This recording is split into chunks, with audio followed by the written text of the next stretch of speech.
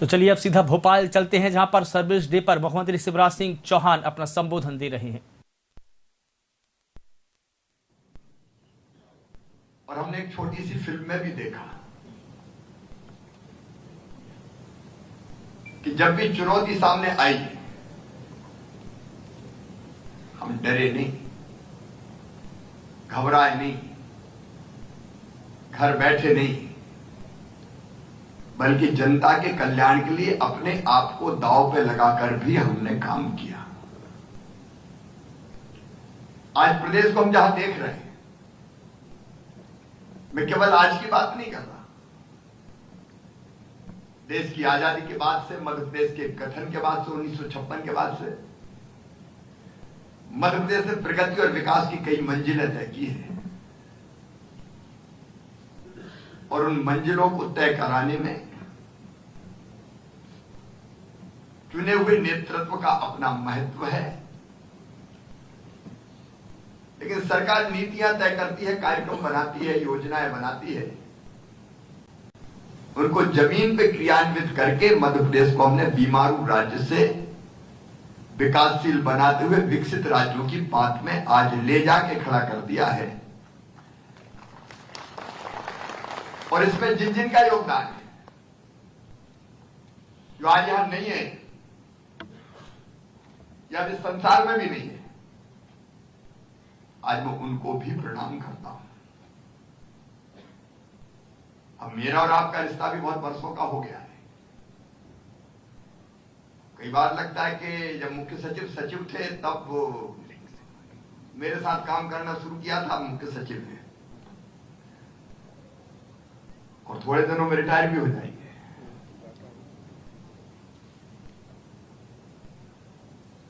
लेकिन लोक सेवकों के साथ काम करने का मेरा बहुत लंबा अनुभव है। पहले 15 साल विधायक सांसद के रूप में लोक सेवकों के साथ ही काम किया, और 15 साल से ज्यादा मुख्यमंत्री के रूप में आपके साथ काम कर रहा हूं। मैं आज खुले मन से, गर्व के साथ और प्रसन्नता के साथ ये कह रहा हूं, मध्य प्रदेश की इस टीम पे मुझे गर्व है। ये मैं खुश करने के लिए कभी नहीं कहता, आप जानते हैं।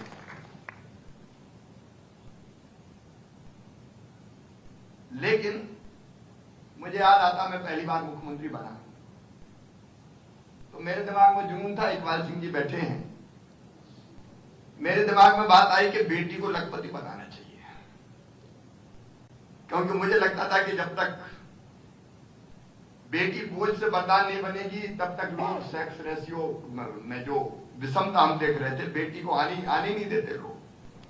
मैं यहां बैठे लोगों की बात नहीं कर रहा, लेकिन जो मानसिकता अधिकांश उत्तर भारत के राज्यों में, मध्य प्रदेश के भी बड़े हिस्से में थी, मैंने कहा, मेरे प्रिंसिपल सेक्रेटरी थे इकबाल जी, अनुराग जैन थे, मैंने कहा एक ऐसी योजना बनानी है। अब पहले जब कहा तो लगा कि ऐसी योजना कोई बन सकती है क्या, जिसमें बेटी पैदा हो तो लखपति पैदा हो। हम उसके विस्तार में नहीं जा रहे, कई किंतु परंतु लगे, वित्त मंत्री जी की भी नाव और पैसे का इतना इन्वॉल्वमेंट, वो सारी कहानी नहीं सुना। लेकिन इसी टीम के बल पे हमने लाडली लक्ष्मी बेटियां बनाई, और आज 43 लाख लाडली लक्ष्मी बेटियां मध्य प्रदेश की धरती पर है। और उस योजना का हर एक राज्य ने अनुसरण किया लगभग, कोई भाग्य लक्ष्मी के नाम से, कोई और किसी नाम से। एक नहीं सैकड़ों उदाहरण जो दिमाग में, मेरे तो दिमाग में आएंगे। मुख्यमंत्री होगा, मंत्री होगा, चुने हुए प्रतिनिधि होंगे, लेकिन जब इंप्लीमेंट करने का मामला आता है तो फिर सिविल सर्विस के अधिकारी ही करते हैं। आप में से कई को याद होगा public service delivery guarantee act. अब प्रारंभ में यह विचार आया कि कोई सिटीजन चार्टर तो है, लेकिन उसमें जो अधिकार दिए गए हैं, अगर वो निश्चित समय सीमा में ना मिले तो उसके लिए कोई कानून नहीं है। अब हमारी टीम ने मध्य प्रदेश में सबसे पहले सोचा कि इसको कानून बना दे। नानुकुर थोड़ी बहुत किंतु परंतु के बाद पब्लिक सर्विस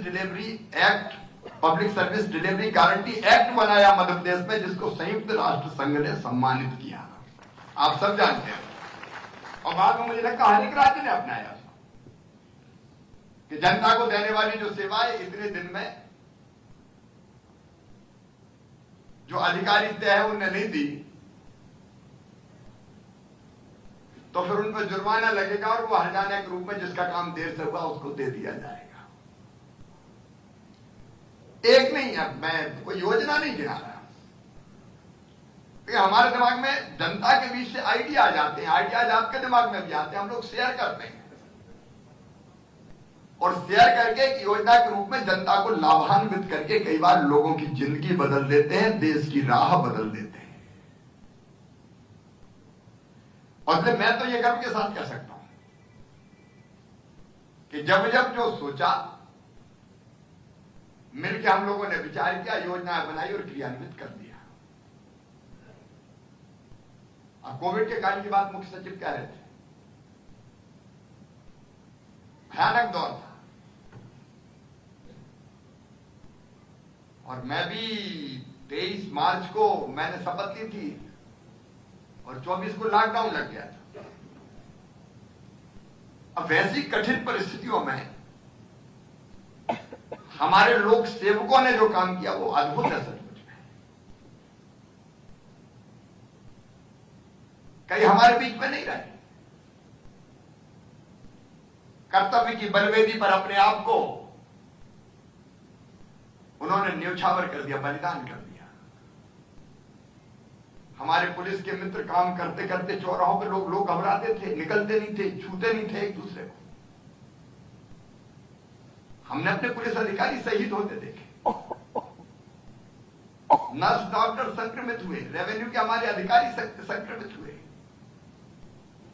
और यहां बैठी टीम में से भी कई अफसर संक्रमित हो गए, लेकिन बावजूद उसके अस्पताल का बिस्तर हो या घर का बिस्तर हो वहां से काम करते रहे।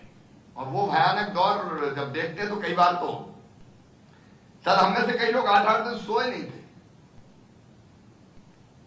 कहीं से भी ट्वीट आ जाता था बस 1 घंटे की बची है ऑक्सीजन, इतने लोगों की जान संकट में। अब हम लोग विचार करते थे करेंगे, तब यहीं से आइडिया आता था कैसे ऑक्सीजन के खाली टैंकर चले जाए, ऑक्सीजन एक्सप्रेस आ जाए। टैंकर के ड्राइवर तक से बात करते थे, पूरी टीम लग गई थी। इस कठिन दौर में अपने कर्तव्यों का निर्वाह करते हुए जो इस दुनिया से चले गए, उनके चरणों में भी मैं श्रद्धा के सुमन अर्पित करता हूं। लेकिन सुधार की गुंजाइश सदैव है।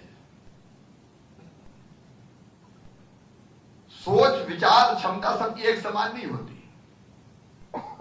मुंडे मुंडे मंदिर भिन्ना, काम करने की स्टाइल में अंतर होता है। कैपेसिटी बिल्डिंग कमीशन के सदस्य बैठे हैं, प्रधानमंत्री जी सचमुच में अद्भुत नेता है।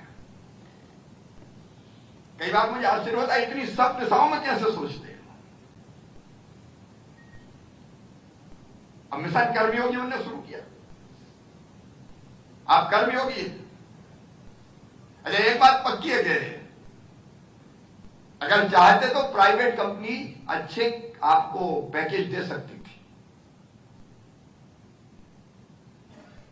लेकिन एक बात हम सबके दिल और दिमाग में है भी और रहनी भी चाहिए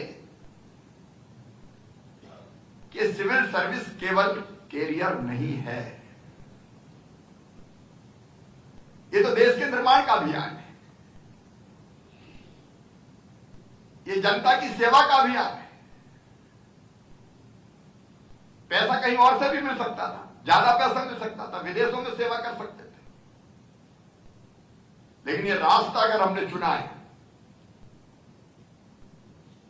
हम किसी भी विभाग के अधिकारी कर्मचारी हो, सेवा का रास्ता, तो हमने केवल कैरियर के लिए नहीं चुना, जो दायित्व हमारे ऊपर है उसका बेहतर निर्वाह करते हुए जनता की सेवा करने के लिए, जनता की जिंदगी बदलने के लिए तय किया है। इसलिए एक बात जो मुझे भी सदैव उद्वेलित करती है कि और बेहतर कैसे और अच्छा कैसे। अब जब भी प्रधानमंत्री जी से बात होती, मैंने एक दिन बात करते करते कहा कि इस बार गेहूं की खरीदी कम होगी क्योंकि मंडियों में रेट अच्छे हैं, तो तुरंत उन्होंने कहा एक्सपोर्ट की संभावनाएं तलाश। ये मौका है, भारत का गेहूं दुनिया में स्थान बना सकता है।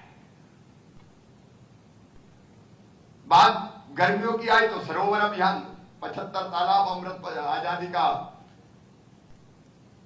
अमृत महोत्सव हम मना रहे हैं। मिलेट्स मिशन हो, प्राकृतिक खेती हो, आइडियाज के भंडार। और मुझे भी ये कहते हुए गर्व है कि जब मैं अपने अधिकारी मित्रों से आइडियाज शेयर करता हूं तो हम रास्ता निकालते हैं कैसे हम योजना बनाएं, कैसे हम इंप्लीमेंट करें। लेकिन मैं 2-3 चीजें आपसे कहना चाहता हूं। लंबा अनुभव है, कई के साथ काम करते करते, कई नए मित्र आए हैं।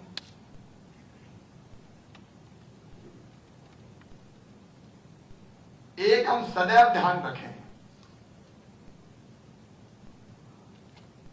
कि हम जैसा कर रहे हैं उससे और बेहतर कर सकते हैं। कैपेसिटी है, क्षमता है। मैं तो बाला सुब्रमण्यम जी से कहूंगा कि हम लोग भी, ट्रेनिंग हमारी होती है, क्योंकि समय के बढ़ते के साथ टेक्नोलॉजी और बाकी चीजें लगातार नई आती जाती है, इसलिए खुद को अपग्रेड करने की और दक्ष करने की सदैव जरूरत है। और दक्ष करना तो 2 ही तरीके, एक हम ट्रेनिंग लें, और कैसे बेहतर हो सकती है बाला साहब से मिलकर हम लोग और तय करेंगे, और दूसरे हम खुद अपने आप को कैसे बेहतर और बना सकते हैं। लेकिन मेरी मान्यता है कि व्यक्ति जैसा सोचता और करता वैसा बन जाता है। और मैं खुद भी ये प्रयोग करता हूं लगातार। सवेरे उठ के ही मैं रात को सोते समय सोचता हूं कल और क्या, आज चूक क्या हो गई, कमी क्या रह गई, काम कौन से रह गए। और सवेरे मैं वेट करता हूं कि मैं कहीं जल्दी तो फोन पे बात नहीं कर रहा।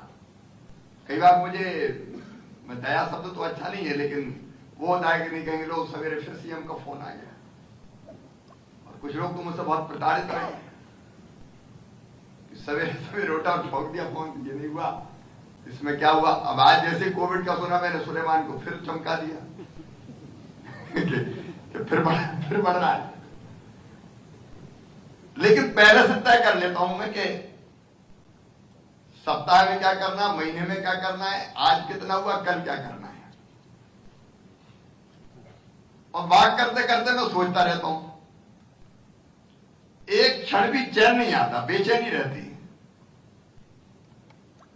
कि ये और हो गया, ये रह गया, ये कैसे नहीं हुआ। मुझे लगता है कि हम और बेहतर कैसे कर सकते हैं। हमारे पास जो भी ड्यूटी है, कर्तव्य, अलग अलग विभाग के मित्र यहां बैठे हैं, अपने आप में सुधार की गुंजाइश और मैं कैसे कर सकता हूं, और अपने काम की प्लानिंग चाहिए। अब आप लोग बनाते भी है पूरा के 3 महीने में क्या करोगे और 6 महीने में क्या करोगे, लेकिन उसको और कैसे हम बेहतर सोच सकते हैं, कर सकते हैं।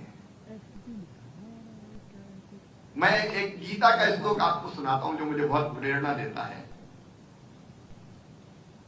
सात्विक कार्यकर्ता के लक्षण अर्जुन ने पूछे भगवान श्री कृष्ण से कि अच्छा कार्यकर्ता कौन है, अच्छा काम का कार्यकर्ता का मतलब केवल राजनीतिक दल का कार्यकर्ता नहीं, जो भी काम करने वाला है। तो उन्होंने गीता में कहा था, मुक्त संगो अनहमवादी धृति उत्साह समन्विता सिद्धि असिद्धि और निर्विकारा करता सात्विक उचित है। मुक्त संगो मतलब जो पूर्वाग्रह से दूर, पहले से माइंड सेट बना लिया और फिर मैं तो दूसरी बात सुनूंगा ही नहीं, उसके बजाय खुले दिमाग, बेहतर फैसला करने वाला। अनहमवादी मतलब अहंकार शून्य। कई बार इस सर्विस में अगर आ गए तो पद पे आके लोगों को बदलते हुए भी देर नहीं लगती, ये भी हमने देखा है। और अंग्रेजों के जमाने का जो माइंडसेट था वो बिल्कुल अलग था सिविल सर्विसेज के बारे में। उनको तो शासन करना था और इसलिए जनता से ज्यादा कनेक्ट हो ही मत,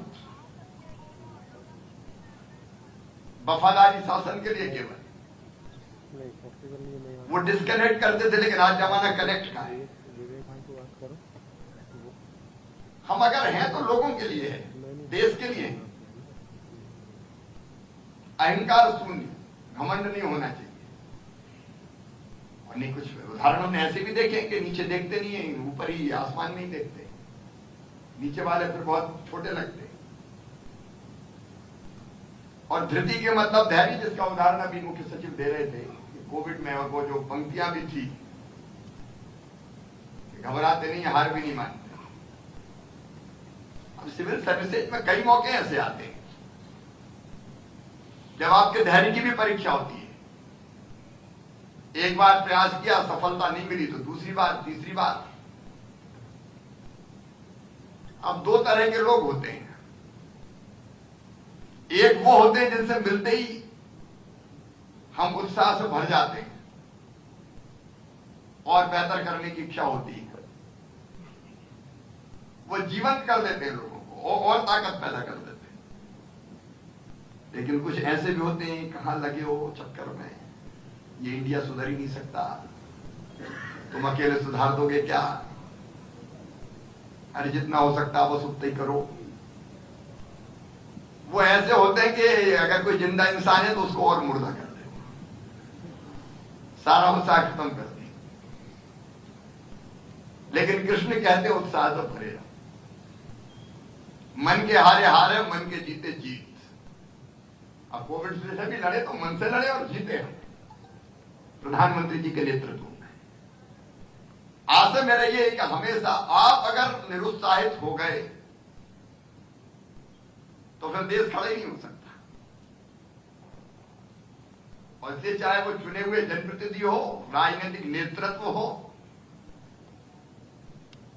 और चाहे सिविल सर्विसेज के अंतर्गत काम करने वाले हम लोक सेवक हो, हमको निराश होने का कोई हक नहीं है। उत्साह से भरे रहे और सिद्धि असिद्धि हो निर्विकारा, मतलब सफलता मिली तो ठीक है, नहीं मिली तो ठीक है। कर्मण्येवाधिकारस्ते मा फलेषु कदाचन। कोशिश की, कई बार परिणाम अपने ऊपर डिपेंड थोड़ी रहता है, फिर कोशिश करेंगे, ट्राई अगेन। सफलता और असफलता में भी समान, कोशिश की और सफलता नहीं मिली तो भी बहुत निराशा आती। उत्साह से भरे रहे हम हमेशा, आशावादी, विश्वास से भरे हुए, तो सफलता मिलती है। आखिर मध्य प्रदेश यहां पहुंचाया, कई तरह की योजनाओं का आपने जिक्र किया, हम लोगों ने पहुंचाया, और बेहतर कर सकते हैं, उसकी गुंजाइश है, इसमें कोई दो मत नहीं। और एक और कहानी जो मैं कई बार सुनाता हूं, संजय दुबे है क्या? कोयले का भी संकट है। और सवेरे कल ही संजय से बात हुई तो कहने लगे रैंक ज्यादा दिलवाद हुआ। तो छोटी सी एक कहानी और आपको सुनाता हूं। काम करने के पीछे दृष्टिकोण क्या होना चाहिए। एक मंदिर का निर्माण हो रहा था और मंदिर के निर्माण के लिए कुछ मजदूर पत्थर तोड़ने का काम कर रहे थे। वहीं से एक साधु निकले, गर्मी के दिन थे, सूरज अपनी किरणों से आग बरसा रहे थे, काम करने वाले मजदूरों का पसीना बह रहा था। तो बाबा ठिठक के रुके और एक मजदूर से पूछा, क्या कर रहे हो? तो गुस्से से उसका चेहरा तमतमा गया मजदूर का। बोले आंख फूटी है, दिखाई नहीं देता? मेरी किस्मत फूटी है तो पत्थर फोड़ रहा हूं, क्या कर रहे हो? पूछ रहे हो। बाबा ने कुछ नहीं कहा, थोड़े से आगे बढ़े, वहां दूसरा मजदूर था। उससे पूछा क्या कर रहे हो? वो अपेक्षाकृत शांत था। उसने कहा कि बाबा जब दुनिया में आए हैं तो जीना ही पड़ेगा, और जिंदगी की गाड़ी चलती रहे तो पेट भरने के लिए मजदूरी कर रहा हूं। पास में तीसरा मजदूर था, उससे भी पूछा क्या कर रहे हो? तो उसका चेहरा प्रसन्नता से भरा हुआ था। उसने कहा बाबा देख नहीं रहे, सामने मंदिर बन रहा है, और भगवान का जो मंदिर बन रहा है उस मंदिर का निर्माण करने के लिए मैं पत्थर तोड़ रहा हूं। मैं कितना सौभाग्यशाली हूं कि मेरे हाथ से तोड़े हुए पत्थर इस मंदिर में लगे। अब काम था एक, दृष्टिकोण थे तीन। किस्मत फूटी है इसलिए पत्थर फोड़ रहा हूं, पेट भरने के लिए मजदूरी कर रहा हूं, और तीसरा था कि मेरा सौभाग्य है कि भगवान के मंदिर के निर्माण में मेरे हाथ से तोड़ा हुआ पत्थर लगेगा। अब मेरा आशय आप समझ गए होंगे। कोई भी काम अगर हम कर रहे हैं तो दृष्टिकोण हमारा क्या रहे। एक रोते गाते जैसे तैसे सवेरे 10 से लेकर 5 बजे तक दफ्तर में बैठना है, फाइल पलटना है, रोते गाते करने का भाव हो सकता है, कब छुट्टी मिले और भगे यहां से। दूसरा ड्यूटी है पूरी कर रहे हैं, और तीसरा ये है कि प्रदेश के निर्माण के लिए, देश बनाने का सौभाग्य मुझे मिला है, और मेरी पूरी क्षमता उस काम में लगा के मेरा सौभाग्य है कि मैं इस काम को कर रहा हूं। अब तीसरा अगर दृष्टिकोण रखेंगे तो हमेशा आनंद और प्रसन्नता से भरे रहेंगे। प्रधानमंत्री जी तो एक अपवाद है, जितने घंटे काम करते हैं। मैं भी लगभग आवाज पहुंचेगी बात आ रही है। ये कि कभी भी सुनाई दे तो चलो है ना, वो जो बच्ची को थी वो भी बुझ गई। तो मैं यही कह रहा था आपसे कि मैं भी 18 घंटे काम कर रहा हूं, लेकिन उसके पीछे सोच वही रहता है कि मैं अगर एक क्षण भी बर्बाद करूंगा यार एक बैटरी लेके हमको 8.5 करोड़ जनता का नुकसान हो दो बैठे जाएगा। इसलिए मुझे हक नहीं है मैं चैन से बैठूं, मैं आराम करूं, मुझे काम करना ही है। ज्यादा नहीं, बीच में नहीं आना। और काम की ये प्रेरणा चालू करता हूँ ना, समाप्त हो जाऊंगा, फिर हमको चैन से नहीं बैठने देता। और एक बात और आपसे कहता हूं कि अगर दृढ़ इच्छा शक्ति आपके अंदर पैदा होती है तो फिर शरीर से भी वैसे ही रसायन निकलते हैं जो उस काम को करने की क्षमता आप में पैदा कर देते हैं। इसके एक नहीं अनेक उदाहरण है, और मैं अपने आप को भी मानता हूं कि फिर थकान नहीं आती, फिर भूख नहीं लगती, धुन सवार होती तो शरीर अपने आप मन के अनुरूप बन जाता है। और ये तरफ चाहिए। मेरे एक दिन भी अगर मैंने बर्बाद किया तो नुकसान प्रदेश की 8.5 करोड़ जनता का होगा, मेरे देश का होगा। लेकिन इसका मतलब मैं ये बिल्कुल नहीं कह रहा कि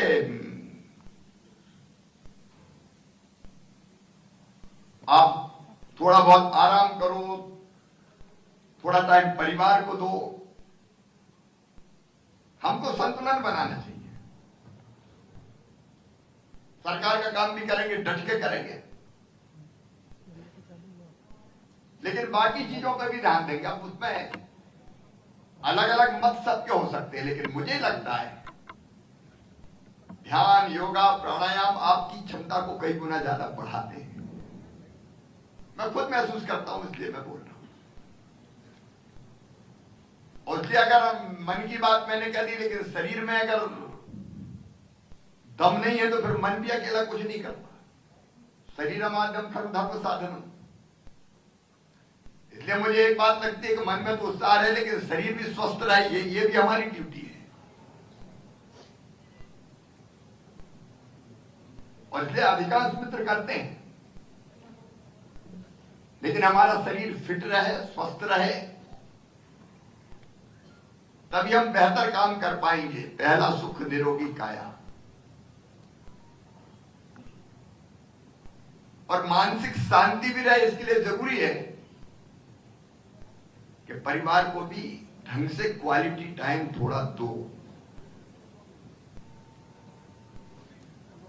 वो उनका अधिकार है। और कैसे हम संतुलन बना पाए ठीक से, उसका प्रयास हम लोगों को करना चाहिए। स्वामी विवेकानंद जी के कुछ शब्द मुझे बहुत प्रेरणा देते हैं, वो भी मैं आपसे शेयर करता हूं। बच्चों से तो मैं शेयर करता ही हूं। जो काम करने की नई ऊर्जा देते हैं। अब मेरे दिल दिमाग में तो ऐसे बैठे कि निकलते ही नहीं। मुझे वो कहते हुए दिखाई देते हैं कि तुम केवल 3.5 हाथ के हाड़ मास के पुतले नहीं हो,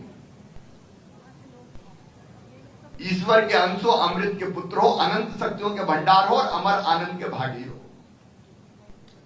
दुनिया में कोई काम ऐसा नहीं कि जो तुम ना कर सको। मैं सच कहता हूं कि इस दुनिया को अगर बदला है तो हम जैसे हाड़ मास के पुतलों ने ही बदला है। और हम में से हर एक में कोई कमी नहीं। और मेरा विश्वास तो यह कहता है कि व्यक्ति अगर चाहे तो ब्रह्मांड पे भी कमांड कर सकता है। अब वो कितना चाहता है और उसके लिए कितनी मेहनत करता है। मैं ब्रह्मांड के कमांड का नहीं कहूंगा आपसे, लेकिन जो काम अपनी तरफ उसको कैसे बेहतर करके मैं लोगों की जिंदगी बदल सकता हूं, अपने देश को आगे बढ़ाने के लक्ष्यों को मैं पूरा कर सकता हूं। और ये अपेक्षा हमसे ही है। और इसी में जीवन की सार्थकता भी, आनंद भी इसी में। आप युधिष्ठिर के यक्ष प्रश्न आपने अगर कभी ध्यान से सुने हो तो छोटी छोटी चीजें कई बार बहुत प्रेरणा देती है। पूरी घटना में नहीं जाता, लेकिन जो एक प्रश्न यक्ष ने युधिष्ठिर से किया था, आपने कहीं ना कहीं पढ़ा होगा, सुना होगा कि दुनिया में सबसे बड़ा आश्चर्य क्या है। तो युधिष्ठिर ने कहा था,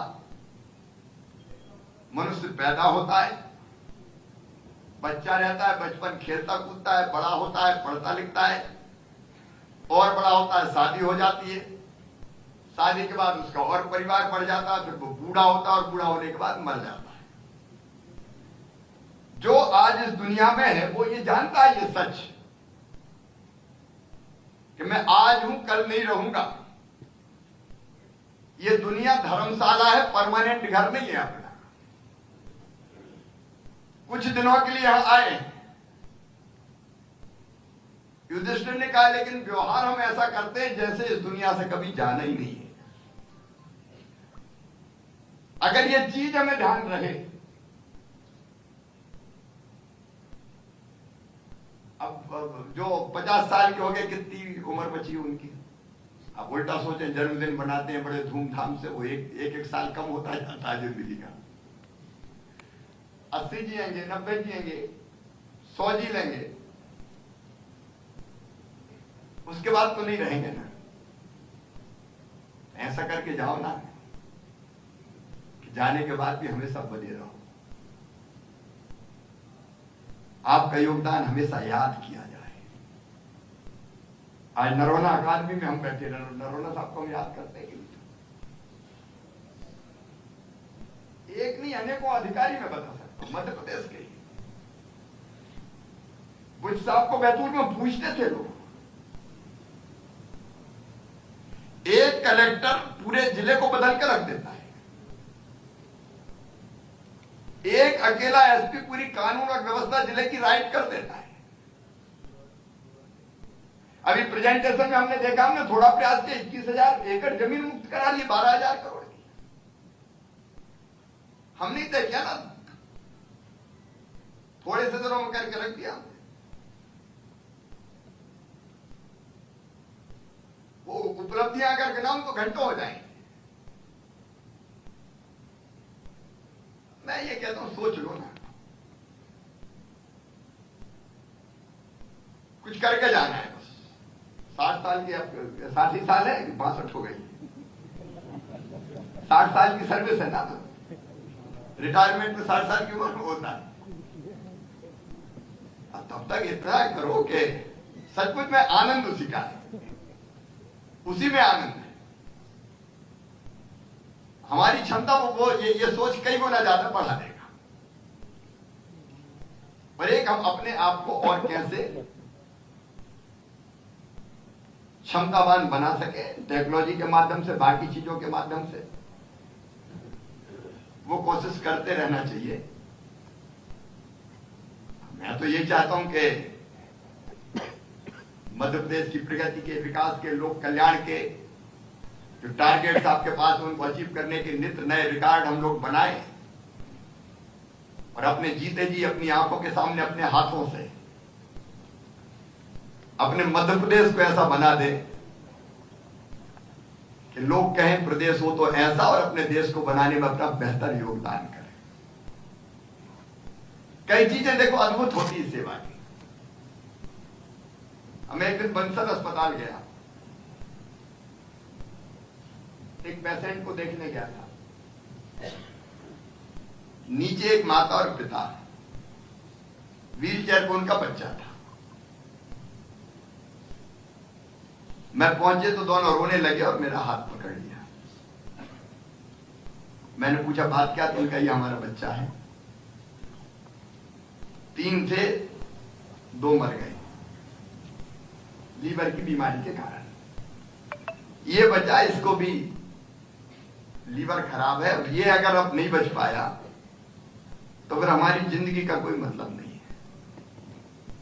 लीवर ट्रांसप्लांट होना, और हमारे पास पैसा नहीं कि लीवर ट्रांसप्लांट हम करवा पाए। अब मैंने सारी युक्ति बुद्धि बाकी सब लगा के एसीएस से भी मैंने बातचीत की, बंसल अस्पताल से बात की। उस बच्चे का लीवर ट्रांसप्लांट हो गया और वो बच्चा स्वस्थ है। और जब उसकी मां का फोन आया रोते हुए, और उसने जो दुआएं दी, आप कल्पना नहीं कर सकते, जिंदगी जैसे सार्थक हो गई हो, अपना बनना सार्थक हो गया। लगता है कि जीवन में एक दिन और, मंगलवार का दिन था, अपनी कैबिनेट होती है, मैं जल्दी मंगलवार के दिन जाता हूं, लेकिन एक आदमी जिद कर रहा था, मिल नहीं है, और वो रोने लगा कि मैं तो मिल के जाऊंगा। मैंने कहा जल्दी बुलाओ उसको। आया, मैंने पूछा भैया बताओ क्या बात है? तो उसने कहा कि मैं आपको माला पहनाना चाहता हूं। तो मैंने थोड़ी नाराजगी व्यक्त की कि ये कोई काम है माला पहनाना? तो उसने कहा आपने नहीं पहचाना? मैं कहा नहीं, अभी तो नहीं पहचाना। बोले आप आए थे सिंगरौली में, लाइन में खड़ा था, मेरा हाथ नहीं था, कलेक्टर को बता के आए थे। अब उसके बाद मेरा हाथ लग गया तो मेरे दिल की एक इच्छा थी कि मैं इन हाथों से आपको माला पहनाऊं। मेरी आंखों में आंसू आए। देखिए, हमारे किसी काम से अगर हम लोगों की जिंदगी बदल दें, देखिए एक विकास का काम है, इंफ्रा से लेकर दुनिया भर के, आप सब जानते हैं, वो भी देश के लिए योगदान है। एक लोगों की जिंदगी बदलने का काम है, और ये सौभाग्य हमको मिला, हर एक थोड़ी कर सकता है। हमारा डिलीवरी सिस्टम ऐसा हो जाए कि हर एक पात्र व्यक्ति तक हम सेवा का लाभ पहुंचा पाए। कई बार गुस्सा आती है, अगर राशन किसी के पास नहीं पहुंचा तो फिर मतलब क्या हमारे रहने का? पीएम आवास का एक किस्त समय पर नहीं मिली तो मतलब क्या है? जब ये चीजें आती तो बेचैनी होती है, और हम कहते हैं और बेहतर करें हम लोग। ये लोगों के लिए अपनी जिंदगी काम में आ जाए, देश के लिए मरना थोड़ी, देश के लिए जीना है। एक गाना मुझे बहुत पसंद है, अपने लिए जिए तो क्या जिए, तू जी है दिल जमाने के लिए। छोटी छोटी चीजें प्रेरणा दे देती। सिविल सर्विस डे पे अगर हम कोई है ऐसा और संकल्प करें कि जो भी काम हमारी तरफ है हम उसको और बेहतर करके, और उसके लिए हमें सुधार लाना होगा तो लाएंगे। अब मैं तो मुख्यमंत्री बनने के पहले कभी मंत्री रहा ही नहीं, लेकिन एक दिन भी मुझे नहीं लगा कि मैं मुख्यमंत्री बन गया हूं तो कैसे करूं। अपने आप रास्ता मिलता जाता, सोचते हैं रास्ता मिल जाता है।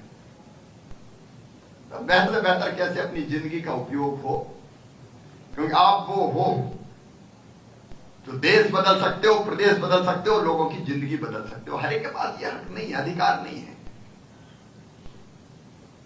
इसलिए मित्रों, जैसा हमारे प्रधानमंत्री जी चाहते हैं, जो हमारे मुख्य सचिव कह रहे थे सरदार वल्लभ भाई पटेल जी ने निकाल के, बिना सिविल सर्विसेज के आप कल्पना ही नहीं कर सकते लोकतंत्र की, देश की बिखर जाएगा। महत्वपूर्ण है हम कैसे बेहतर से बेहतर कर सकते हैं और अपने आप को दक्ष बना के कैसे अपनी सेवा के माध्यम से लोगों की और देश की सेवा कर सकते हैं, उस दिशा में सोचेंगे तो देश तो बना ही पाएंगे, अपना जीवन भी सचमुच में सफल, सार्थक और धन्य होगा। अच्छे काम के लिए मैं एक बार फिर से आप सबको बधाइयां देता हूं, लेकिन सुधार की गुंजाइश है। उसके जहां सुधार की गुंजाइश, हम अपने आप में भी सुधार करें, अपने काम में जहां गुंजाइश है सुधार करें, कैपेसिटी बिल्डिंग की भी हम लोग कोशिश करते रहे। आप सबको बहुत बहुत शुभकामनाएं, बधाइयां, धन्यवाद। आपका बहुत बहुत धन्यवाद माननीय मुख्यमंत्री जी। आपका हर शब्द प्रदेश के सिविल सेवकों के लिए प्रेरणा और आपका हर अक्षर असीम ऊर्जा का स्रोत है। अब मैं ससम्मान आमंत्रित करना चाहूंगा आदरणीय श्री विनोद कुमार, अपर मुख्य सचिव मध्य प्रदेश शासन सामान्य प्रशासन विभाग को, कि वे कृपया आएं और सिविल सेवा दिवस के मुख्य समारोह के उद्घाटन सत्र की पूर्णाहुति पर संपूर्ण सदन के प्रति आभार व्यक्त करने का कष्ट करें। आदरणीय विनोद कुमार सर।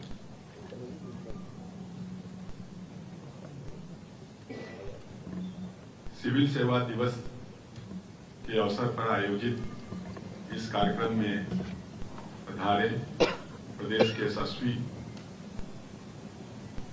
जनता के हितों के हितैषी आदरणीय मुख्यमंत्री महोदय श्री शिवराज सिंह चौहान जी,